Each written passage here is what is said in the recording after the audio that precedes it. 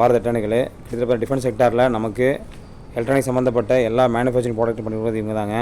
இது வந்து பார்த்திங்கன்னா நம்ம இந்தியன் கவர்மெண்டோட ஸ்டாக்ஸ் உங்களுக்கு. இது என்ன சொல்லுங்கள், நீங்கள் கிட்டத்தட்ட பார்த்திங்கன்னா 52 ஹை தாண்டி போயிட்டு இருந்தாலும் வேல்யூவேஷன் பார்த்திங்க அப்படின்னா இன்னும் ஜாஸ்தியாகிட்டு தான் போயிட்டுருக்கு உங்களுக்கு. இது ஏன் அப்படின்னா கிட்டத்தட்ட பார்த்திங்கன்னா அரௌண்டாக ஒரு மிகப்பெரிய மார்க்கெட் கேப் வச்சுருக்காங்க இவங்க. கிட்டத்தட்ட 2,43,927 க்ரோஸ் வந்து வச்சுருக்காங்க இவங்க. பி ரேஷியோவும் பார்த்திங்கன்னா ஓரளவுக்கு ரொம்ப கம்மியாக தாங்க இருக்குது. பிபி ரேஷியோ அப்படி தான் இருக்குது உங்களுக்கு. இது ROI கம்பேர் பண்ணி பார்த்திங்கன்னா 24/4 இருக்குது. டிவிடெண்ட் ஈல்டு பார்த்திங்கன்னா 0.87% வச்சுருக்காங்க உங்களுக்கு. நீங்கள் போன இயர் ரெவன்யூ கம்பேர் பண்ணி பார்த்திங்க அப்படின்னா ஒரு சூப்பரான அருமையான ஒரு ரிசல்ட் நமக்கு கொடுத்துருக்குங்க. இது ப்ராஃபிட் எடுத்திங்க அப்படின்னா நல்ல ரிசல்ட் இருக்குது உங்களுக்கு. இதில் நீங்கள் குவார்டர் ரிசல்ட் எடுத்த விட நீங்கள் பார்த்தீங்கன்னா இயர்லி ரிசல்ட் எடுத்து பாருங்கள். நீங்கள் அதோட பெனிஃபிட் உங்களுக்கு புரியும்.